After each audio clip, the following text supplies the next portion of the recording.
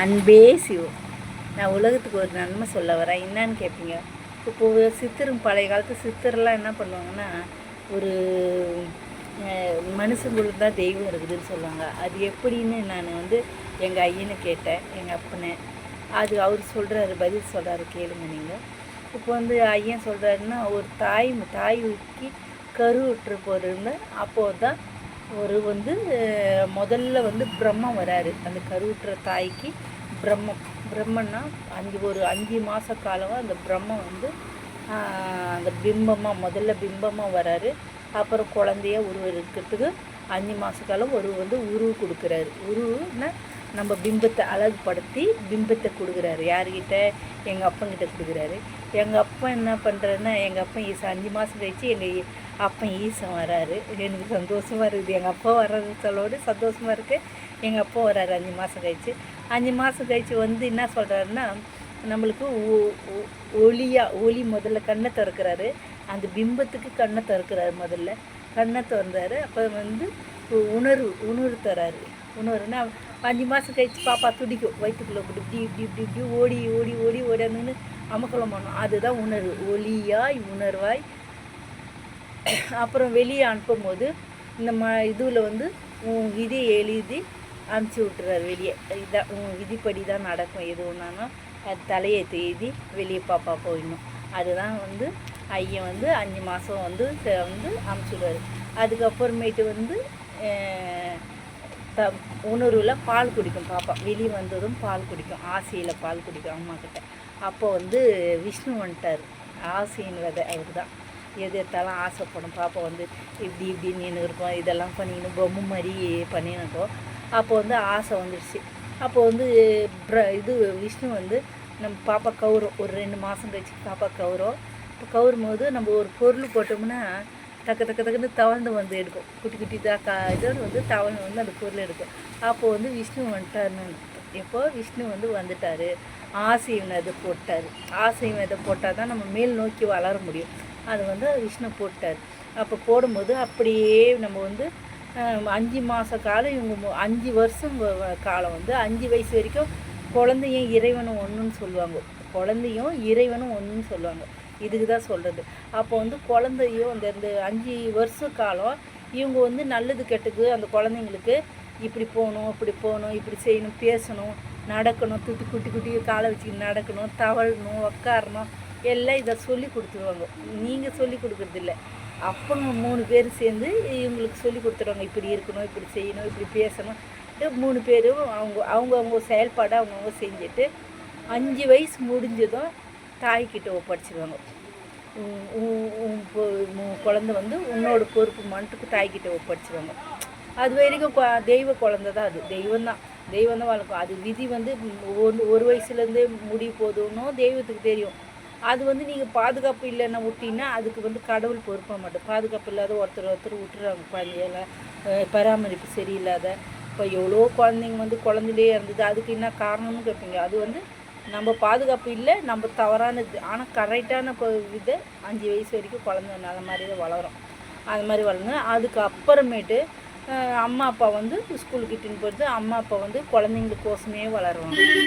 குழந்தைங்களுக்கோசமே வளர்ந்து அவங்கள பராமரித்து குழந்தைங்களுக்கோசம் அவங்க பெற்றுட்டாங்க இல்லையா, அவங்க கடமையை காலகட்டத்தில் செஞ்சுன்னு இருப்பாங்க.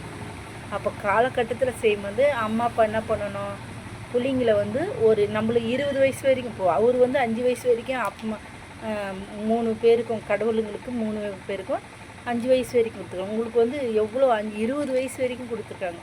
பிள்ளைங்கிட்ட அன்பாக இருங்கோ, நல்ல பண்பை வளங்கோ அப்படிலாம் சொல்கிறாங்க. நீங்கள் ஆசையின் விதை வளர்க்குறீங்க. பசங்களை ஓடு ஓடு ஓடு நல்லது சொல்லி கொடுக்க மாட்டீங்க. ஆசையின் விதையை இன்னும் இதை செய்ய அதை செய்ய அவங்கள போல் இருக்கணும், உங்களை போல் இருக்க சொல்லணும். பிள்ளைங்கள அம்மா அப்பா நல்லவங்களாக இருந்தால் உங்களை போலேயே இருக்க சொல்லலாம். ஒன்றும் பரவாயில்ல. அவங்கள மாதிரி இருக்கலாம், இவங்கள மாதிரி. ஏன் அவங்கள மாதிரிலாம் நம்ம இருக்கணும்? நம்ம நம்ம பிள்ளைங்கள நம்மளை மாதிரி வளர்க்கணும். நம்ம நம்ம தன்னொழுக்கத்தில் இருந்தால் நம்மளை மாதிரி வளர்க்குறோம். நம்ம கெட்டு போயிருந்தாலும் நம்ம தான் கெட்டுட்டோம், அது குழந்தைங்கள நல்ல மாதிரி வைக்கலாம். இப்படியும் வளர்க்கலாம். 2 மாதிரி. ஒன்று தன்னொழுக்கத்தில் நீங்கள் இருந்தீங்கன்னா உங்களை மாதிரி உங்கள் குழந்தைங்க வளர்க்கலாம். அப்படி இல்லைன்னா நீங்கள் கெட்டு போயிருந்தீங்களா, நம்ம பசங்களை கெடாத வளர்க்கணும். அப்படியே 2மே நம்மக்கிட்டே இருக்குது. நம்ம தாய்கிட்டே இருக்குது, தகப்பன்கிட்டே இருக்குது. நீங்கள் என்னென்னா அடுத்தவங்கள பார்த்து அவன் அந்த பணக்காரனை வாழணும், இந்த பணக்காரன் பண்ண. அப்போ குதிரைக்கு கடிவாளம் கட்டுற மாதிரி குழந்தைங்களுக்கு கடிவாளம் கட்டிடுறீங்க. ஓடுறா. அப்போ அந்த குழந்தைங்க லைஃபே தொலைஞ்சிடுச்சுன்னா அப்புறமேட்டுக்கு பொண்டாட்டிக்கிட்ட போகிறாங்க. பொண்டாட்டியிலேருந்து பொண்டாட்டி கட்டுறீங்க. பொண்டாட்டி கட்டினோடனே அப்புறமேட்டு அவங்களுக்கு ஒரு பிள்ளைங்க பிறந்தது. அப்புறம் அவங்க ஓட்ட காலத்தில் இருக்கிறாங்க. அவங்க குழந்தைங்க எங்கே இன்பத்தை காண்றாங்க? எதுவுமே கிடையாது வாழ்க்கையில். இதுக்கு தான் நம்ம பிள்ளைங்கள உங்கள் தாய் தந்தை மாதிரி வளங்கும். இப்போ உங்கள் ஆசைக்கு அவங்கள வேறையாக்காதீங்க.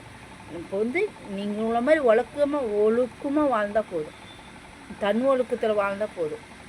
அவங்க வேலை செய்வாங்க. அவங்களுக்கு தேவைப்பட்டப்போ எவ்வளோ பேரை கடவுள் படைக்கிறாரு.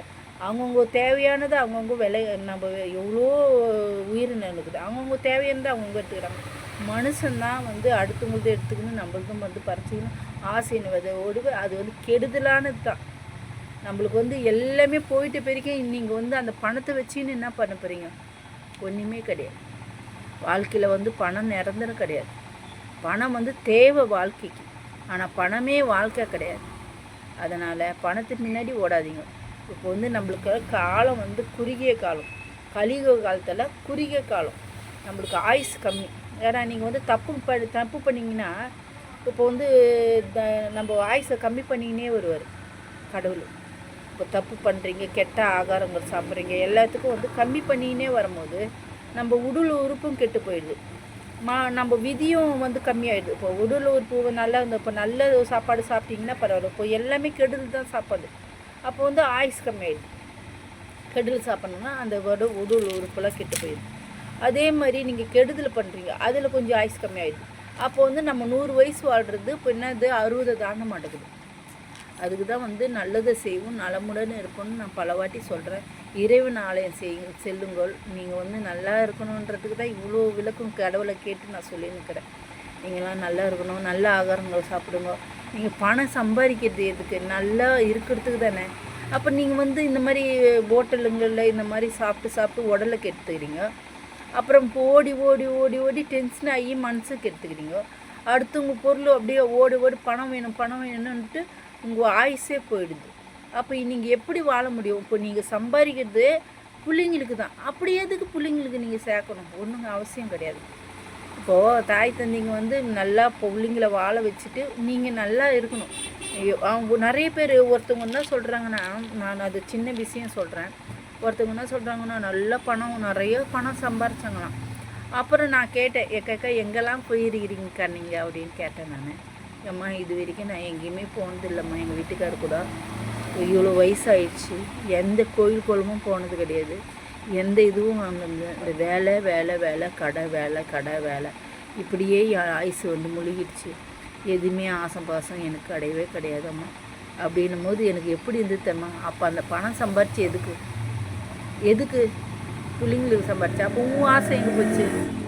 உன் ஆசை சரி, நான் 20 வயசில் பிள்ளைங்களுக்கு கட்டி கொடுத்துட்டு அதோட பிள்ளைங்களை விட்டுட்டு உங்கள் ஆசைங்க என்ன? கோயிலுங்களுக்கு போங்க, எவ்வளோ நல்ல இடங்க இருக்குது, அதெல்லாம் பாருங்க. அந்நியமாக பொண்டாட்டியோடு அந்நியமாக இருங்க. அப்போ தான் இருக்க முடியல. வயசான 40 வயசு பிள்ளைங்களை கட்டி கொடுத்துட்டீங்க, பேரம்பேத்திங்க எடுத்துகிட்டு அவங்க பார்த்துப்பாங்க. வேணுன்னா நீங்கள் போய் பார்த்துங்க. அதுக்குன்னு நீங்கள் நல்லா இருக்கும்.